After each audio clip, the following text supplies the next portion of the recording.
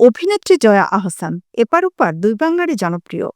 ঢালিউড টলিউডের গণ্ডি পেরিয়ে বলিউডেও পা রেখেছেন তিনি। বাঙালির ঐতিহ্যবাহী জামদানি শাড়িতে মডার্ন টুইস্ট দিতেই জয়ার উপর চটেছেন অনেকেই। চলতি মাসের শুরুতে মুম্বাইয়ে ফিল্মফেয়ারের ওটিটি অ্যাওয়ার্ড প্রদান অনুষ্ঠানে উপস্থিত ছিলেন জয়া।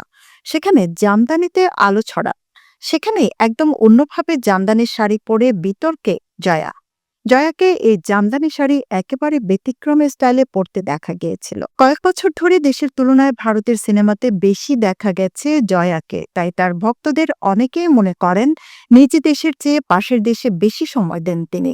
কিন্তু জয়া জানালেন ভিন্ন কথা। শুধু প্রয়োজন ছাড়া ভারতে থাকেন না তিনি। জয়া বলেন, শুটিং থাকলে কলকাতা যাওয়া হয়, আউটডোর শুটিংয়ে অন্যরা যেভাবে বাইরে যান আমিও কলকাতায় কাজ থাকলে সেভাবেই যাই। কাজ শেষে আবার ঢাকায় ফিরে আসি, কিন্তু অনেকে ভাবে আমি বেশিরভাগ সময় সেখানেই থাকি। সেদিন সীতাকুণ্ডে শুটিংয়ে গিয়েছিলাম, তারা ভেবেছে আমি ভারতে। বাংলাদেশ ভারত দুই দেশেই বেশ কয়েকটি সিনেমার মুক্তির অপেক্ষায় আছেন তিনি। এছাড়াও পশ্চিমবঙ্গে মুক্তি পাবে তার ওসিডি সিনেমাটি।